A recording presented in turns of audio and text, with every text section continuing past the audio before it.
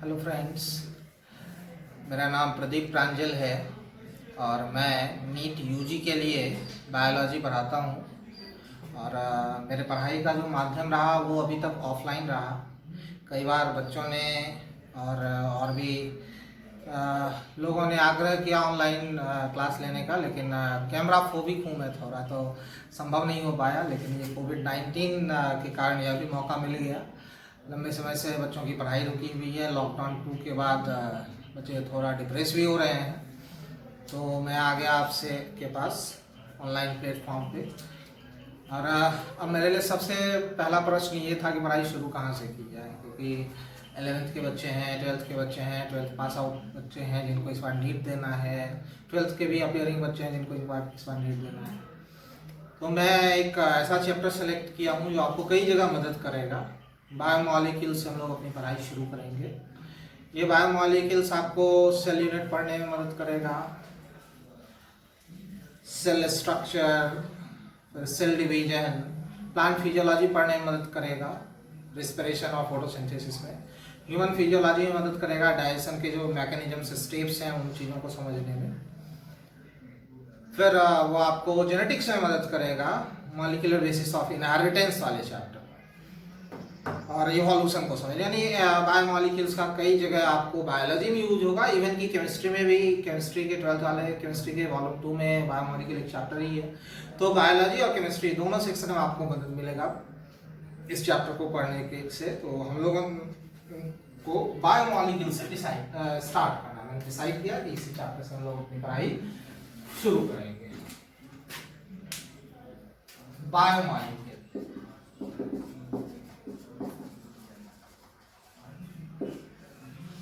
ये वर्ड दो अलग अलग वर्ड से बना हुआ है। एक वर्ड है आपका बायो और दूसरा वर्ड है मॉलिक्यूल्स। तो वैसा मॉलिक्यूल्स जो बायोलॉजिकल कंपोनेंट के लिए जरूरी हो, ऐसे ऑर्गेनिक कंपाउंड्स जो लिविंग ऑर्गेनिज्म, चाहे वो यूनिसेलुलर हो, मल्टीसेलुलर हो या प्रोकैरियोटिक हो, किसी भी ऑर्गेनिज्म के बनने के लिए, उसको कंप्लीट ऑर्गेनिज्म बनने के लिए सेल चाहिए होता है। और सेल जिस चीज का बना हुआ है, दोज कंपोनेंट्स आर बायोमॉलिक्यूल। तो बायोमॉलिक्यूल को यदि एक सेंटेंस से हम लोग डिफाइन करना चाहें तो कहेंगे कि मॉलिक्यूल्स और organic compound which are required for structure, function and survival of any living organism। अब इस बायोमॉलिक्यूल का स्पेक्ट्रम बहुत बड़ा है। इवन कि एमबीबीएस फर्स्ट ईयर जब आप जाइएगा तो आपको एक बायोकेमिस्ट्री एक पूरा पेपर पढ़ना है एमबीबीएस फर्स्ट ईयर में। लेकिन हम लोग उस अपनी डिस्कशन को नीट के पर्पज से ही, जो सिलेबस है हमारा, वहां तक कंसाइज रखेंगे चीजों। हम लोग को सिलेबस में जो बायोमॉलिक्यूल पढ़ना है,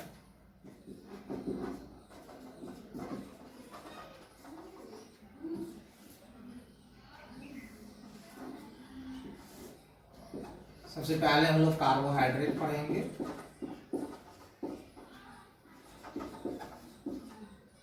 देन आफ्टर हम लोग लिपिड पढ़ेंगे, लिपिड के बाद न्यूक्लिक एसिड, जो बचपन से हम लोग सुनते आ रहे हैं, DNA and RNA, deoxyribonucleic acid and ribonucleic acid. Then after amino acid and protein, और फाइनली हम लोग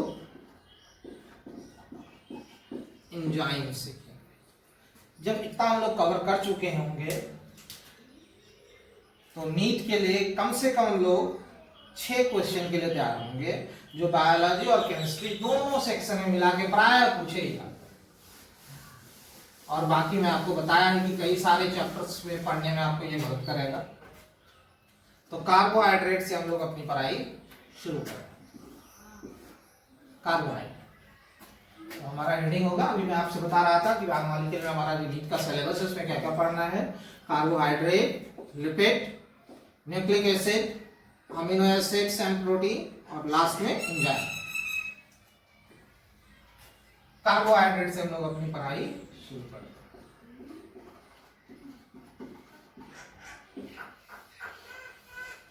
नाम में छिपा हुआ है इसका डेफिनेशन।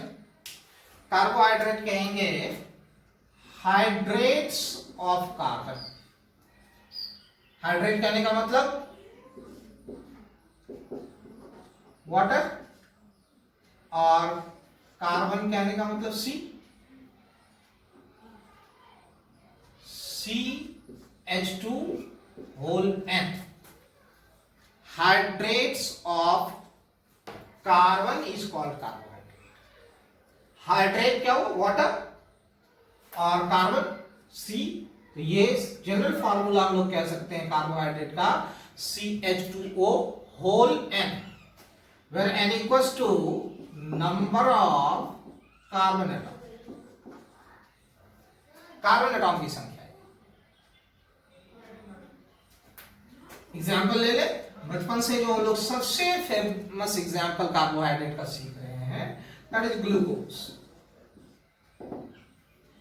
ग्लूकोज के लिए N का वैल्यू 6 पुट करेंगे। वो कैसे क्या होता है आगे के लेक्चर से हम लोग समझेंगे। अभी जस्ट एक एग्जाम्पल ले C6, N का वैल्यू 6 पुट करिए, यहां पे लिख दो N इक्वल्स टू 6, C6H12O6। ये फार्मूला है, जरा पुट करके देखिए फॉर्मूले में, जो हम लोगों ने जनरलाइज फार्मूला बनाया, CH2O होल 6। देखो तो आ रहा है C6H12O6, यानी फॉर्मूले पे आ रहा है। दूसरा एक और एग्जांपल लेते हैं, 5 कार्बन का एक है ribose, N equals to 5 ribose. तो CH2O होल 5 क्या है? C5H10O5। तो प्रायः कार्बोहाइड्रेट इस जनरल फॉर्मूले को फॉलो करता है, लेकिन हमेशा नहीं। बायोलॉजी के बारे में कहते हैं हम लोग सब्जेक्ट ऑफ एक्सेप्शन। कुछ भी पढ़ लो, वहां एक एक्सेप्शन आपको मिल जाना है। तो जरा उस एक्सेप्शन को देखिए आप।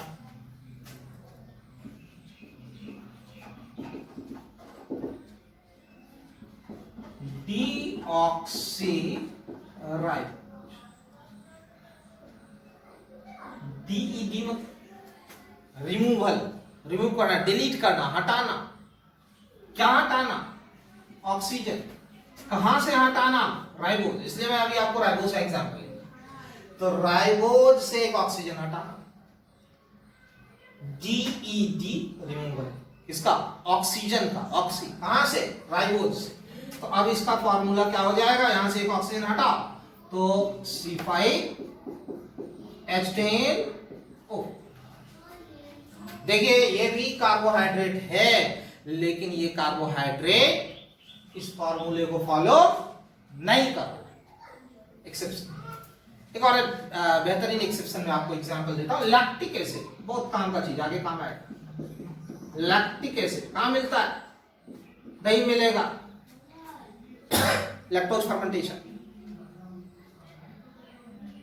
मसल से मिलता है, एनारोबिक रेस्पिरेशन मसल्स का जो होता है लैक्टोज फर्मेंटेशन, जिसको हम लोग कहते हैं, सॉरी लैक्टिक एसिड फर्मेंटेशन, वहां हमको मिलेगा ये लैक्टिक एसिड मसल्स में, C3H6O3। अब जरा देखो दोनों एक्सेप्शन में डिफरेंस। ये एक कार्बोहाइड्रेट है जो इस फॉर्मूले को फॉलो नहीं कर रहा, और लैक्टिक एसिड एक नॉन कार्बोहाइड्रेट है जो इस फॉर्मूले को फॉलो कर रहा है। दो तरीके का एक्सेप्शन बता रहा हूं। एक एक्सेप्शन हो गया डीऑक्सीराइबोज शुगर, जो कार्बोहाइड्रेट है लेकिन इस फॉर्मूले को फॉलो नहीं करता, और दूसरा एक्सेप्शन हो गया लैक्टिक एसिड, जो नॉन कार्बोहाइड्रेट है लेकिन इस फॉर्मूले को फॉलो कर रहा है। कैसे कर रहा है? देखो वैल्यू पुट करके CH2O होल 3, देखो आ गया, लेकिन ये कार्बोहाइड्रेट नहीं है, ये ध्यान रखना, नॉन कार्बोहाइड्रेट है। कब बन रहा है? मसल्स में एनारोबिक रेस्पिरेशन के दौरान लैक्टिक एसिड फर्मेंटेशन कहते हैं, और दूसरा कर्ड में, दही में मिलेगा ये आपको लैक्टिक एसिड। अब इसका स्ट्रक्चर मैं आपको दिखाता हूं, क्योंकि आगे तुरंत हम लोग जब 3 कार्बन का कार्बोहाइड्रेट करेंगे तो उसका भी फॉर्मूला ये रहेगा, लेकिन स्ट्रक्चर अलग रहेगा। इसलिए लैक्टिक एसिड का स्ट्रक्चर जरा आप नोट कर लीजिए।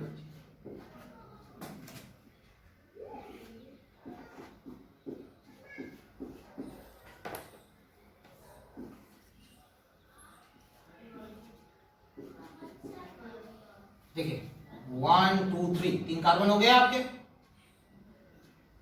H3 4 5 6 हो गया, और ऑक्सीजन 1 2 3।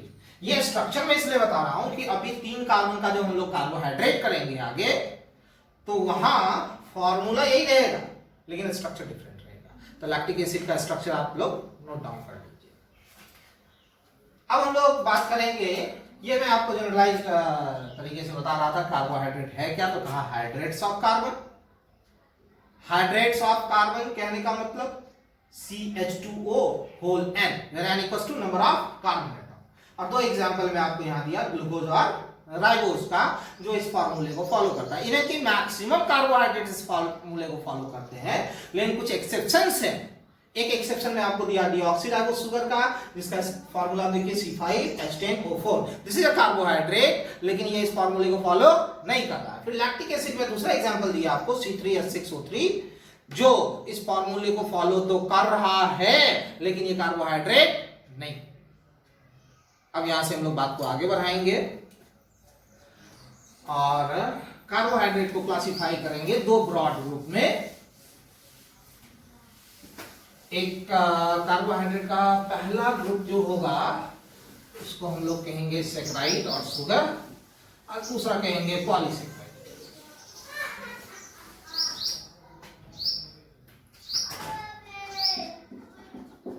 कार्बोहाइड्रेट को 2 ब्रॉड ग्रुप में हम लोग बांट रहे हैं। फिर आगे हम लोग क्लासिफाई करेंगे इसको अलग अलग बेसिस पे, स्ट्रक्चर के बेसिस पे, फंक्शन के बेसिस पे, लेकिन अभी हम लोग इसको 2 ब्रॉड ग्रुप में बांट रहे हैं ताकि हमारी पढ़ाई आसान हो जाए चीजों की। पहला कहेंगे शुगर और सैकराइड, और दूसरा कहेंगे पॉलीसैकराइड। इसको कहेंगे शुगर, तो ये माइक्रो मॉलिक्यूल की कैटेगरी में आएगा, बायोमाइक्रो मॉलिक्यूल।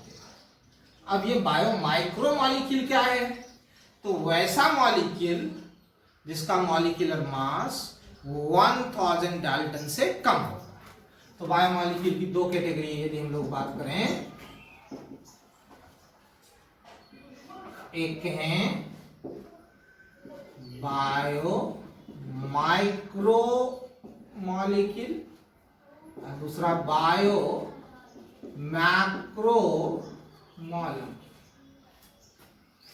तो माइक्रो मॉलिक्यूल कहेंगे, माइक्रो देखो बहुत महीन अंतर है, माइक्रो और मैक्रो दोनों ही छोटे मॉलिक्यूल के लिए यूज करते हैं, लेकिन माइक्रो जो है वो मैक्रो से भी छोटा होगा।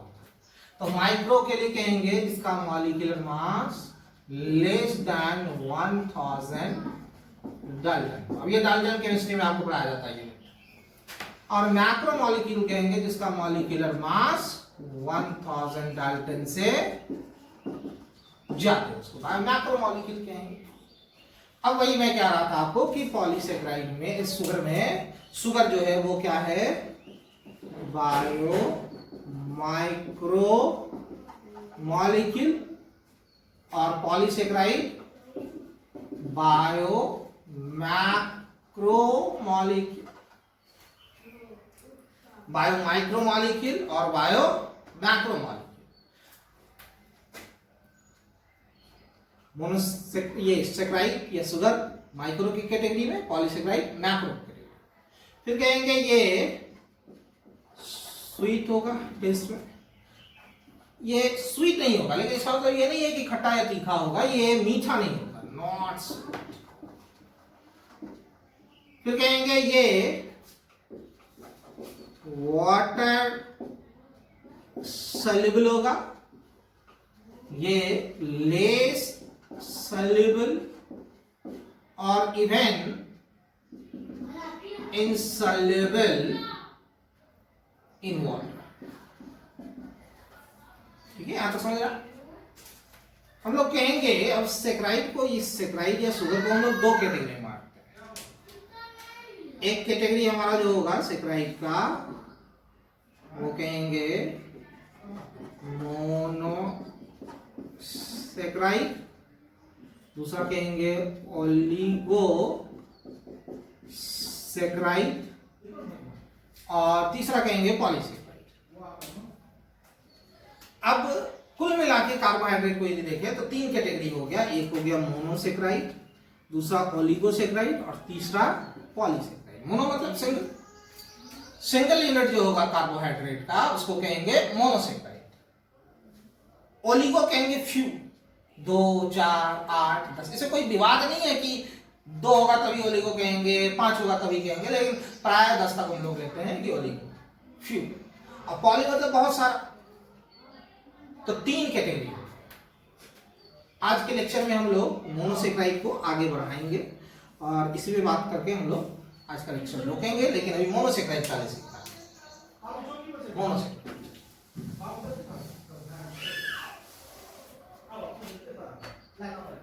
किसको कहेंगे, नाम से क्लियर है। मोनो का मतलब सिंगल, तो सिंगल यूनिट ऑफ कार्बोहाइड्रेट जो होगा उसको कहेंगे हम लोग मोनोसेक्राइड। सिंगल यूनिट कार्बोहाइड्रेट का उसको क्या कहेंगे, मोनोसेक्राइड। अब ये मोनोसेक्राइड भी दो फॉर्म में मिलेगा बेटा। एक जिसमें एल्डिहाइडिक ग्रुप होगा उसको कहेंगे एल्डो सुगर या एल्डोज, जिसमें क्या है एल्डिहाइडिक। एल्डिहाइडिक ग्रुप क्या है, याद करिए 10th क्लास में हम लोगों ने पढ़ा है, एल्डिहाइड। और दूसरा जिसमें कीटोनिक ग्रुप होगा उसको कहेंगे कीटो सुगर और कीटोज, कीटो सुगर और कीटोज। और उसका आपको याद है, फिर आप 10th क्लास में लोगों ने पढ़ा है एल्डिहाइड और कीटो। तो मोनोसेक्राइड कहा सिंगल यूनिट ऑफ कार्बोहाइड्रेट, क्या कहा उसको, मोनोसेक्राइड। और ये मोनोसेक्राइड दो फॉर्म में रहेगा। एक जिसमें एल्डिहाइडिक ग्रुप होगा उसको एल्डो सुगर या एल्डोज कहेंगे, और दूसरा जिसमें कीटोनिक ग्रुप रहेगा उसको कीटो सुगर या कीटोज कहेंगे, कीटो सुगर या कीटो। अब कहेंगे ये मोनोसेक्राइड जो है, पहला मोनोसेक्राइड सबसे छोटा मोनोसेक्राइड जो होगा वो 3 कार्बन का, कम से कम मोनोसेक्राइड कितने कार्बन का, 3 कार्बन का। और इस सबका नेमिंग इसके कार्बन नंबर के अकॉर्डिंग, जैसे कि 3 कार्बन का यदि है तो उसको कहेंगे ट्रायोज, ट्रायो का 3। 4 कार्बन का है टेट्रोज, 5 कार्बन का है पेंटोज, 6 कार्बन का है हेक्सोज, 7 कार्बन का है हेप्टोज। प्राय इतना ही होता है, इससे आगे के नहीं मिलेंगे आपको। तो monosaccharide are named according to carbon number, monosaccharide. जरा देखिए कार्बन नंबर के अकॉर्डिंग इसका नाम। 3 कार्बन है तो क्या कहा, ट्रायोज। 4 कार्बन है तो tetrose, 5 carbon pentose, 6 carbon hexose, 7 carbon heptose. यही प्राय आपको मिलेंगे। अब मैं आपसे बताऊं कि ये चाहे ट्रायोज हो, टेट्रोज हो, पेंटोज हो, हेक्सोज हो, हेप्टोज हो, जो भी मोनोसेक्राइड। अब इस सब के 2 फॉर्म होंगे, एक जिसमें एल्डिहाइडिक ग्रुप वाला होगा और दूसरा जिसमें कीटोनिक ग्रुप वाला होगा। यानी ट्रायोज यदि है तो 2 ट्रायोज, एक एल्डिहाइडिक ग्रुप वाला एल्डो ट्रायोज और दूसरा कीटोनिक ग्रुप वाला कीटो ट्रायोज। इसी तरह से टेट्रोज होगा aldo tetrose, keto tetrose, pentose होगा aldo pentose, keto pentose, hexose होगा aldo hexose, keto hexose, heptose होगा एल्डो हेक्सोज, कीटो हेप्टोज। तो हम लोग स्टार्ट करेंगे ट्रायोज। तो जरा देखिए दो ट्रायोज होगा, एक जिसमें एल्डिहाइड ग्रुप होगा एल्ड्रो ट्रायोज, और दूसरा कीटो ट्रायोज। एल्डो ट्रायोज कहेंगे जिसमें एल्डिहाइड ग्रुप, तीन कार्बन, एक तो ट्रायोज है तो तीन कार्बन, और जिसमें एल्डिहाइड ग्रुप होगा एल्डो ट्रायोज, फिर तीन कार्बन लेकिन कीटोनिक ग्रुप होगा। तो अब जरा आपको ध्यान देना है, बारीक महीन बात है लेकिन बहुत आसान से आप सीख जाइएगा इसको। सबसे पहले स्ट्रक्चर कैसे होगा, ट्राई है ना, ट्रायोज तीन कार्बन, सबसे पहले तीन कार्बन का स्केलेटन ड्रॉ कर लिया, तीन कार्बन ले लिया हमने, मुझे बनाना है एल्डो ट्रायोज का स्ट्रक्चर, तीन कार्बन ले लिया, और फिर क्या है एल्डिहाइड ग्रुप है, तो पहले नंबर पे आप एल्डिहाइड लगा लीजिए, यही ना एल्डिहाइड, 10th क्लास में लोगों ने पढ़ा। बाकी दो कार्बन के साथ आप हाइड्रोक्सी OH अटैच करें, OH ऑक्सीजन और हाइड्रोजन, हाइड्रोक्सी, दो हाइड्रोक्सी अटैच किया। अब आप पढ़े बचपन में 10th क्लास में कार्बन के अराउंड कितने बॉन्ड होने चाहिए, 4। अब हर एक कार्बन के अराउंड 4 पूरा करना है with the help of hydrogen. तो इसके अराउंड, इस कार्बन के अराउंड कितने बॉन्ड है, दो तो ऑलरेडी है, तीसरा और ये हाइड्रोजन की मदद से पूरा कर रहा है, 4 पूरा हो। इसके अराउंड 3 है, हाइड्रोजन डाल के 4 पूरा किया, और ये तो 4 के क्या बॉन्ड ऑलरेडी पूरा, इस कार्बन का पहले कार्बन का 1 2 2 ऑक्सीजन के साथ 3 और 4। तो ये एल्डिहाइड में एल्डो ट्रायोज का ये स्ट्रक्चर एक बार फिर से मैं बनाता हूं, आप देखिए।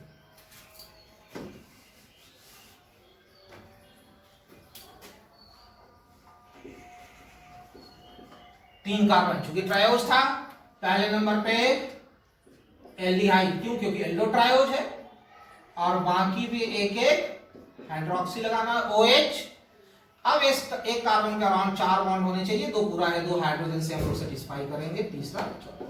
इस कार्बन के 4 पूरे हो गए, इसके 3 है, 1 2 3 3 है, एक और डालना है 4, और इसके ऑलरेडी 4 पूरे। तो इस हिसाब से ये एल्डो ट्रायोज। अब एल्डो ट्रायोज का कॉमन नेम जो आपको याद है, इस एल्डो ट्रायोज का कॉमन नेम काफी फेमस है, कई बार पेपर में आया है, ग्लिसरल डिहाइड, क्या नाम है, ग्लिसरल, ये आपको याद रखना है, एल्डो ट्रायोज। अब आते हैं कीटो ट्रायोज। फिर कीटो ट्रायोज कितने कार्बन का, ट्रायोज है तो 3 कार्बन, 3 कार्बन ट्रायोज। अब इसमें कीटो ग्रुप लगाना है, कीटो ग्रुप। तो कीटो क्या था आप देखिए, C डबल बॉन्ड हो, तो पहले नंबर पे तो कीटोन जाता नहीं है, तो दूसरे नंबर पे कीटोन जाएगा, बाकी पे OH OH। अब हाइड्रोजन से पूरा करना है इसको, बॉन्ड चारों साइड, तो 2 इसके हैं, 3 4, इसके 4 पूरे हैं, 3 4, कीटो ट्रायोज। अब इसका कॉमन नेम बहुत आसान, कीटोन, 3 कार्बन का कीटोन, एसीटोन, और उसके दोनों साइड 2 हाइड्रोक्सी ग्रुप, तो नाम हो गया di, di stand for 2, hydroxy acetone, dihydroxy acetone. Aldo triose common name glyceraldehyde, keto triose dihydroxy acetone. उसी ढंग से टेट्रोज होगा, एल्डो टेट्रोज,